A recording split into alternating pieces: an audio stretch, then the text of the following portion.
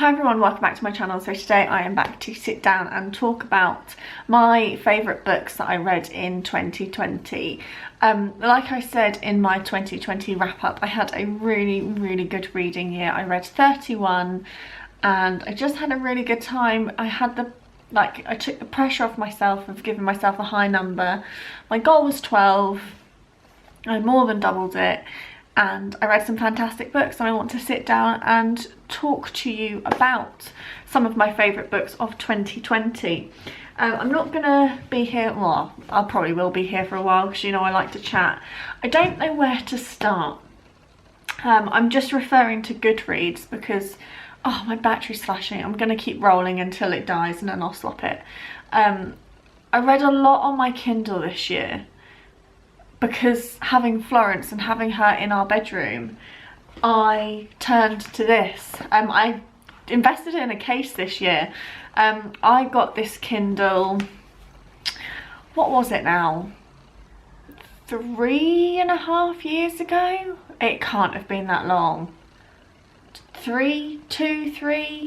I've had it for a good couple of years and I love it. If you're new to my channel and you weren't aware, I have my own book club, which is Book Club with Jess over on Instagram. It's a private account, but I always accept anyone that follows it. And before my book club, I had like a little, I still have it now to this day, book club on my personal Instagram DMs, and the girls kind of got this for me. I want to say it was 2018. And I'm still so grateful for it, and we still speak all the time, and yeah, it's come in so handy and I just absolutely love it. So like I said, I've read on my Kindle quite a lot. Would you be interested to see like a what's on my Kindle? Leave them quite below, let me know, because I have got so many books on here, but I don't know if that would be like an easy video to film. So yeah, I'm going to sit down and just talk you through some of my faves. We're already at 2 minutes in, but let's go. So I'm going to start with some of my chick licks first because I don't feel like I've really hyped them up enough this year, and I didn't really film as much book content as I would have wanted to this year. I don't really know what happened. I sort of stopped filming book reviews, and that's one thing that I really want to focus on in 2021. So I wanted to sit and gush about the 2 Paige Toons that I loved this year. So I actually read 3. I read her new release as well, but this just I didn't get the feels. I found this one really, I may as well talk about it now. I found this one really odd. I'm not going to give away any spoilers. I think I gave it a 4-star, but I rated it like a 3.5 on my scale. And the same with the one before, which was If You Could Go Anywhere. I didn't love that one either, but I loved these ones. I'm so excited for her new one to come out, which is called Someone I Used to Know. It's got a purple cover. I love Paige Toon and I always will. And so many people say, where should I start with reading? And I always recommend Paige Toon 5 years from now. It's one of my favourite books of all time. But these ones were fantastic. The thing that Paige does is she does include previous characters in some of her books. So for example, with this one, I wouldn't recommend reading it unless you have read Lucy in the Sky, because Lucy in the Sky, a lot of her characters are featured in this. So there will be spoilers for the end of that book. But these are fantastic. So we've got Chasing Daisy, and this is about a girl called Daisy, and she works the Formula 1 circuit. So I can't remember what it is. She's sort of like a waitress. Oh, what is the word? What is the word? What is the word? It's right on the tip of my tongue, and I'm not going to remember it. Damn it. Either way, she's like a hostess for the Formula 1 circuit, and she goes around to each country with her friends, obviously, and the team, and she like serves some food, and she's like a friendly face for the Formula 1 drivers, and it's so interesting and so intriguing. I've never heard of a concept like it before, and I love the friendship that is in there. I love the love interest, and the like the twist in the book halfway through was just fantastic, and I didn't see it coming and I loved it. I think I gave it a 5-star. Let me just quickly check my notebook, hang on. Did I get a 5 or a 4? When did I read you? It was March. No. I gave it a 4-star. I gave it a 4-star, so not my favourite, but I really enjoyed it, and I definitely recommend picking this one up. And then also I loved Pictures with Lily, so I actually read this, Pictures of Lily, sorry. I read this on my Kindle, but I had the book anyway on my shelf. Paige Toon really kindly and generously slashed the prices of all of her Kindle books literally just as lockdown happened. They all went down to 99p, so I bought the ones that I haven't read, so I've got on my shelf, but I wanted them on my Kindle because obviously reading at night with the baby in the room, I needed to have it on my Kindle. So I read Pictures of Lily, and this again is a lovely book. So it's about a girl called Lily who moves to Australia. If you aren't aware, Paige Toon is Australian and she moved to the UK, so she has, because she's experienced it, she can write it really well. And we follow Lily as a 16-year-old girl, and again I can really relate to that because I was 16 when I moved from the UK to the States. So again, there's that connection there that I can relate the feels and the anger and the resentment and stuff. She moved across to Australia and we see her working in a zoo as like a troubled, not necessarily troubled, but an emotional 16-year-old. And this book is set in then and now, so we see her when she's 16 for half of the book, and we see her like develop and make friendships and relationships and see her navigate this new country and this new situation. And then we go back to now, which is obviously 10 years from that point. So when she's 26, 27, she's working and she's obviously on her 2 feet, and we see what path she took. And it was just such a lovely book, and I really loved it. I remember reading this just as lockdown happened. I'd literally given birth and I was like, you know what, I just need a page, and I read this one, and it was just what I needed to take away from the daily briefings that we had on the telly. And I just sat and I read this about koala bears and everything, and it was just lovely. So I absolutely loved this. I gave this, did I give this a 5? I'd like to hope that I gave it a 5. Yeah, I did. I gave it a 5-star. It was just beautiful and I really liked it. But like I said, you've got to be careful because characters that were in Lucy in the Sky are in the now part of this. So little warning for that one. I read Jane Fallon this year. I read this one just before I gave birth and I loved this. I don't read enough of Jane. As you can see, I read 3 Paige Toons because I love her. I love Jane Fallon so much and I need to read more of her stuff. She is fantastic. She's got about, I want to say it's 10 novels out. I own them all because she's fantastic. I think I've only read 3 or 4. She's just so funny, so witty, and I love all of her books.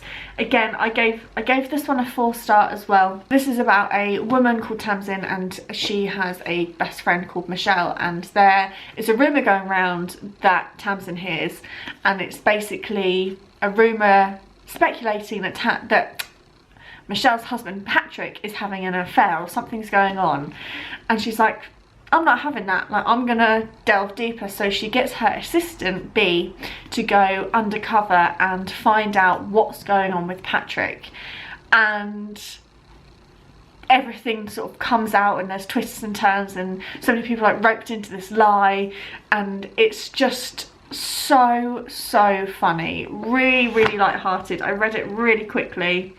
I read it like within a week. And I just absolutely loved it. You had no clue where it was going to go. It was so funny. I wish I did a book talk on it. Mental note to self, if I love a book, do a book talk. I don't care if I look like crap when I film a book talk because I just need the memories down. Loved the characters in this. I found it so funny.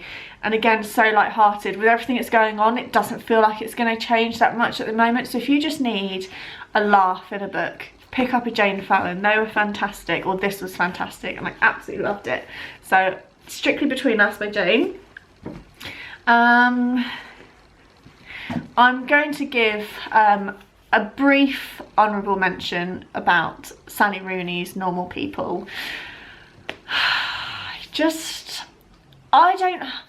I don't know if I would have loved it as much as what I did if it weren't for the TV show. The TV show that was on BBC iPlayer was fucking fantastic. I absolutely loved it. I've watched it 3 times. I've cried multiple times about it. I've cried whilst reading the book. And I tried to read the book when it first came out. Did this come out in 2018?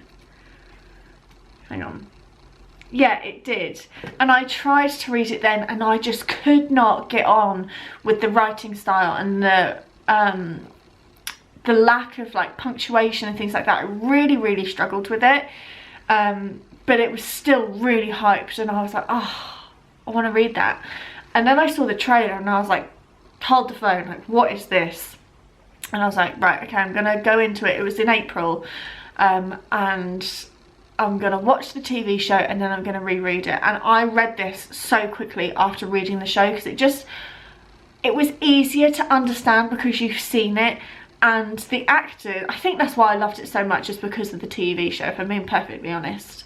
The TV show and the actors were just fantastic. Daisy Edgar Jones, that plays Marianne, and Connell, which was played by Paul Mescal, they just smashed it. And it's basically, this book is about a coming of age book where you see Connell and Marianne from like 6th form in school. Connell's popular, Marianne's the geek, not very popular, but she doesn't give a shit because she knows she's good at what she does, and she doesn't need that like justification from anyone. She just gets on with it.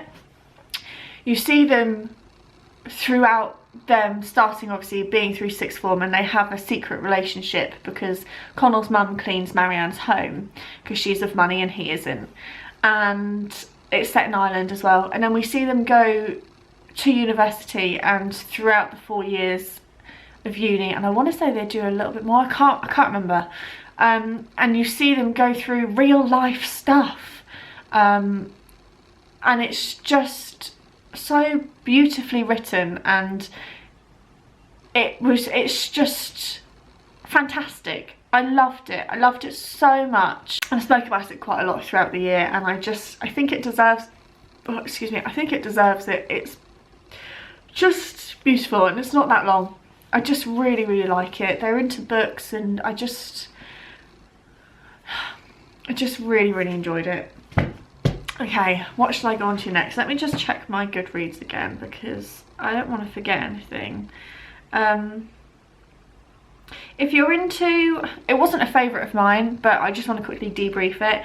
If you're into like a trashy YA, like high school drama, check out Paper Princess by Erin Watt. There are 5 books on Kindle. I think they were like $2.99 each. Again, that was during lockdown. I was like, I just need something that's light. I don't really need to concentrate on it, and I really enjoyed reading them. I wouldn't necessarily recommend them and say they were fantastic, but I really enjoyed them. There were 3 to 4 rated stars for me.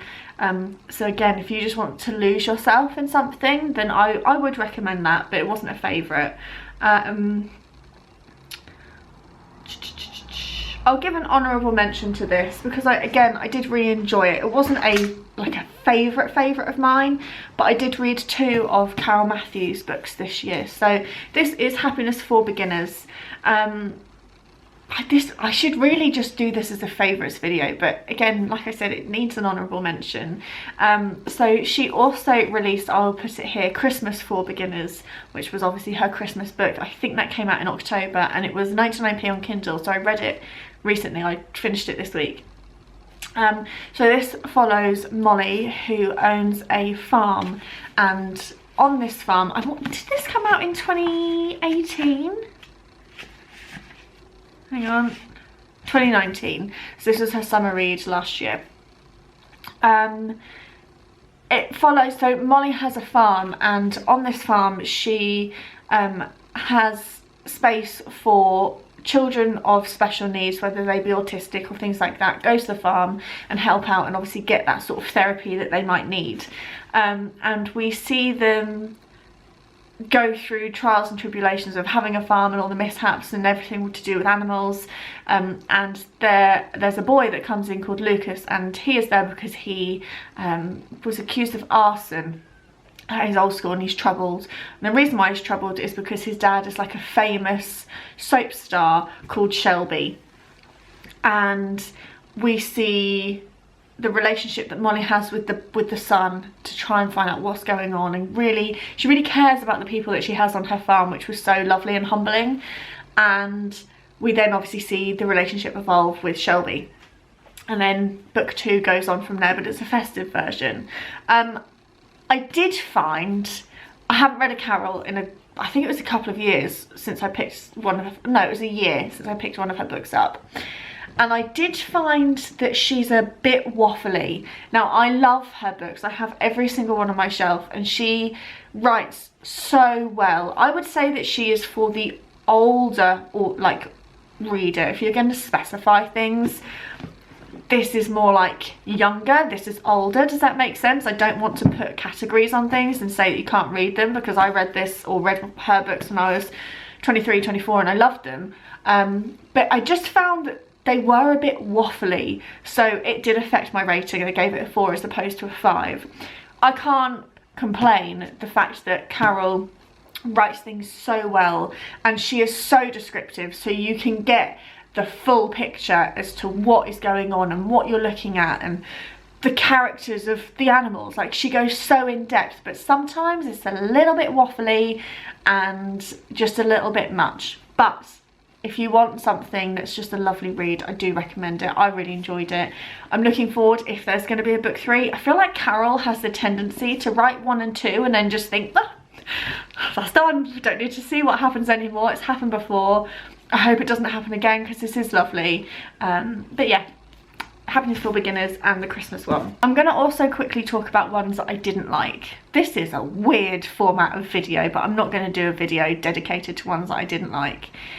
One for Christmas by Sarah Morgan. Didn't like it. Really didn't like it. I just found it really boring. Really predictable and not that festive. Just because they went to Scotland and there was snow and reindeer does not make it festive. I didn't enjoy that. The Chase by Elle Kennedy, boring, didn't finish it. My battery just died, but also The Flat Share by Beth O'Leary. I just found it really just not that great. I didn't think that there was much chemistry there, and I wouldn't recommend it. So they were the ones that sort of fell short for me. And now I'm just going to finish up on something that was probably going to be no surprise. This year again, I just loved losing myself in series. I just love at the moment just taking myself away from life and everything that's going on and everything that's going wrong, and just falling in love again with more characters. So it wouldn't be a favourites of mine if it weren't for talking about Cassie Clare.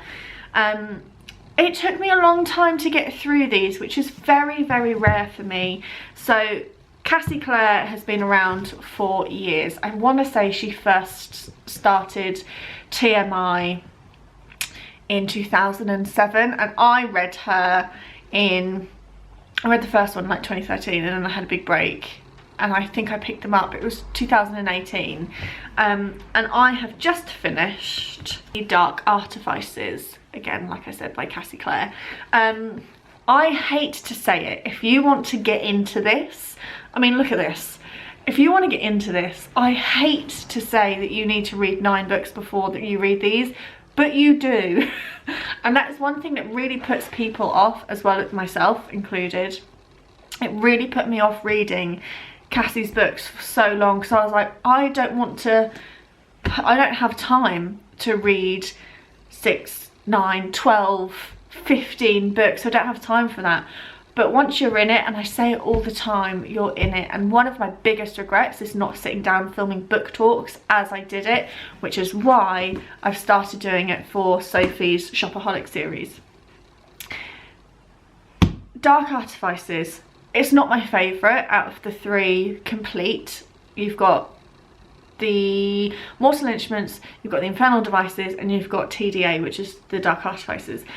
It's not my favourite because I didn't bond with the characters as much, but I still loved it, and it was still a fantastic read. So like I said, it took me a long time to get through them. So it starts with Lady Midnight. This is book 1, and this takes place 5 years after City of Heavenly Fire, I think.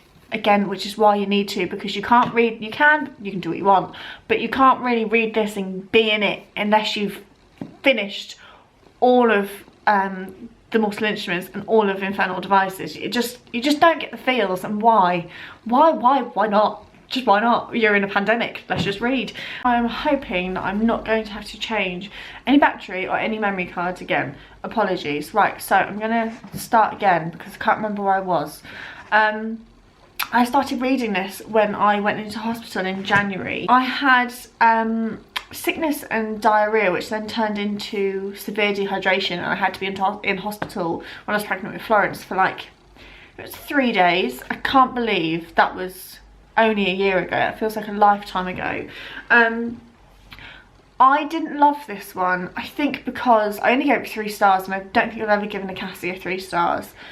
I think it was because I was so in and out of like being with it. Like I was so exhausted. I had my Kindle there to keep me entertained, but I don't really remember much from it, if I'm being perfectly honest. And I left a really big gap from 1 to 2, whereas normally, like you'll see when I read 3, I normally read it straight after because I'm like, oh my god, need to binge this, give me all the feels. And I didn't have that with this one. So I read this in January. I picked this one up in September. So obviously a big break, and I loved this. This is one of my favourite books of the year. The ending of this, I don't think, only a handful of times have I sat there like my mouth wide open, like what the fuck have I just read? It was just fantastic, and you can see the size of this book. This was over 700 pages, and it was just really action-packed. I can't talk about it because of spoilers for everything else, but basically we follow a girl called Emma and this family called the Blackthorns. I'm not going to go into detail because spoilers of so many others, and if you're sitting here and you think I really want to get into a deep series, please just read the Mortal Instruments. Get through book 1, start book 2, by book 3 you'll be there and you'll be having an absolute hoot, I can guarantee it. Yeah, I just loved the characters, and I think that is why Cassie's books are so special, is because they are so, as much as they are plot driven and world driven, they are also so heavily reliant on characters, and there are so many different POVs from the family members and additional people in these books. It makes it so interesting and so special, and I just loved it. So this was a 3. I think this was a 5-star. And then as soon as I finished this, I was like, oh, I'm not ready for Queen of Air and Darkness. And then I was like, I'm ready for Queen of Air and Darkness. So a Queen of Air and Darkness, sorry. And that is this one. And again, this is a hefty book. It's the biggest book I read this year, 870 pages. Didn't read it like on a paperback. I had to read it on my Kindle. I could not sit and read this. I mean, I could, but at night time with Florence, it just wasn't going to work. And this was just fantastic. It felt like that within this there was a, if you've read it you'll understand, and I know there'll only be a select few of you that have, but it felt like there was a book inside this book, and it was just so good, so good. And it just the romance between different people, and like the companionship we have with everyone, it's just lovely. It's setting you up for the next one, which is The Wicked Powers, which I think is coming out in a couple of years' time. I could not imagine reading, and I can't imagine reading a Cassie series and not being able to smash it in one sitting.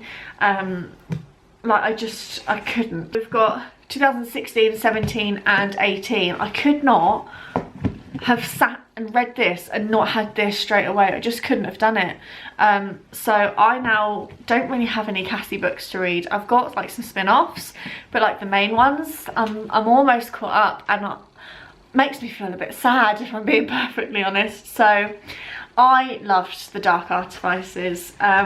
So if you haven't read any of hers, just read them. If you need help, message me. I take a bloody long time to reply to my DMs, but I will get there. And then finally, to wrap up this massive video that I didn't think would be long, but here we are, is this, which is going to be no surprise to any of you, A Court of Thorns and Roses by Sarah J Maas. If you watched my Vlogmas that I did this year, I read this during Vlogmas and I just bloody loved it. It was just something that I really wanted to love, and again, I think it's the same problem that Cassandra Clare has, is that it's so hyped up, you really want to love it and you really want to get on the hype, but you're so scared that you're going to fall short. This is an old book. This came out in 2015 and I've seen and heard so much about it, and to finally be in it, I'm like, yay, I'm so happy. I'm actually going to sit down and film a book talk about it, because like I said, it's one of my biggest regrets. I read a book and I think no one will be interested in my thoughts, but actually I care about what I think, so I want to sit down and talk about this. So if you're interested to have like an in-depth thing, then that will be coming at some point. I'm not going to give a massive synopsis because I'm obviously going to go into detail in my book talk video, but this basically follows a girl that's a human and something happens and she goes to the fairy world, which is divided by a wall basically, and it's about seeing how she copes. They say it's like a retelling of Beauty and the Beast. I sort of get that, but not really. It was just great, and it wasn't too fantasy, if you know what I mean. I've always like openly said that I don't like fantasy and I struggle with it, but it wasn't that bad, and I was able to get on board and read it and love it. And I was pleasantly surprised. I didn't think I'd love it as much as I did, and I do. And I think one thing that I've taken away from this year of reading is, I know I've always known that I've loved series, but this year especially, obviously getting lost in The Dark Artifices and Carole's and things like that, I just love getting lost in different worlds. It's something that I always crave, and I speak to a girl on Instagram pretty much every day or every couple of days called Rosie, and we were saying about how we always fly through our series, but our chiclets stay on the shelf or stay on our shelves for such a long period of time because they're very samey and there's never like much depth. But with series, especially something like this or like Cassandra Clare, you can really get lost in a series and get lost in a different world. And I mean, I'm all here for that, because I don't really want to be lost in our current world with everything that's going on. So I want to learn about fairies, and yeah, it's just a good time. It's definitely a new adult, so if you are a younger reader watching this video, go into it. It's a bit explicit. This one is probably quite tame compared to the one that I've just started, and it's quite gory. There's a lot of action in it, and I just loved it. I'm just so happy I've got it on my shelf. I loved it, and I would probably say this is one of my favourite books of 2020. I would say this is like top 3 because it was just a bloody good time. So I'm gonna wrap up this video here. I really hope you enjoyed it. Sorry it's been a bit waffly. It just feels good to be sat talking about things that I'm passionate about, like my books and stuff. I just bloody love it. So like I said, I have my book club over on Instagram. If you are a current follower and think that it's been a bit shit, don't blame you. I have not really been in the headspace to do my book club this year. I've been very what's the word, just not focused on it, because I've been focusing on everything else that comes in life. But new year, new start, let's start afresh. Let's do book club again. We pick a book every single, I pick a book every single month, and I need this time to try and do more of like a wrap up and more of like a chat discussion. So note to me. I'm gonna go. I hope you all enjoyed today's video. Leave me a comment below, let me know your favourites of 2020, your likes, your dislikes, how you got on, how many you read, how many you're hoping to read in 21. I'm gonna go for 21 in 21. Quite like it. I feel like that's achievable, almost 2 a month. I'm gonna go. I hope you all enjoyed, and I'll see you all in my next video. Bye.